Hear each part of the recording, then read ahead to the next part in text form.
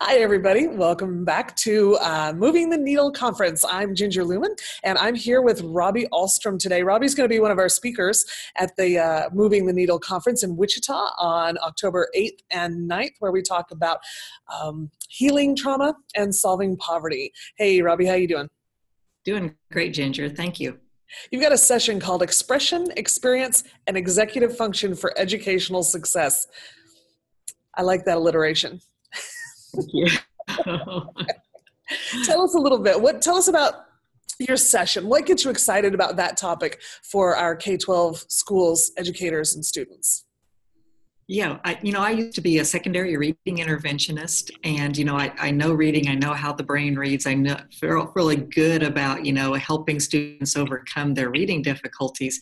But then we read the research on poverty and the impact that it has on executive function, and the huge role that executive function plays in reading, math, literacy, all kinds of things for school success. And we don't have great, or at that time didn't have great ways to deal with executive function deficits.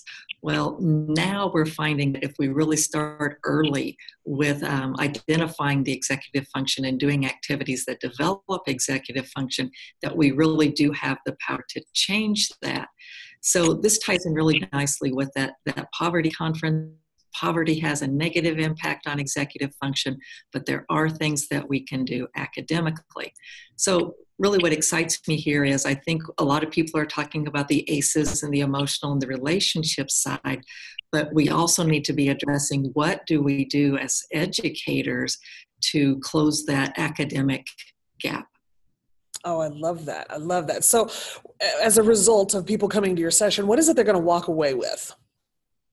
Yeah, three of the big focuses there really are the executive function and activities that will build executive function. We also know that children from poverty come to school with a 30 million word gap. That's the research by Hart and Risley. And so vocabulary is a huge equalizer. In all types of areas in academics.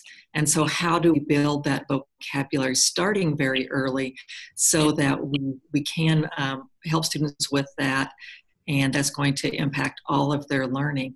And then the other big piece that we see is missing from a lot of students who come from a low SES background is they don't have the same background knowledge. They haven't had the same experiences or have been exposed to the same books children from middle class and professional families. So how can we as educators build that background knowledge that is going to help them to be successful in school?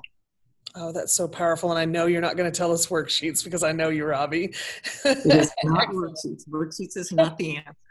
Excellent. Thanks for being one of our speakers. Hey, folks, if you're interested in this, we'll have this topic as well as many others at our Moving the Needle conference. You can go to movingtheneedle.sdac.org. This is in Wichita, Kansas, October 8th and 9th, and we hope to see you there. Thanks, Ginger. Thank you.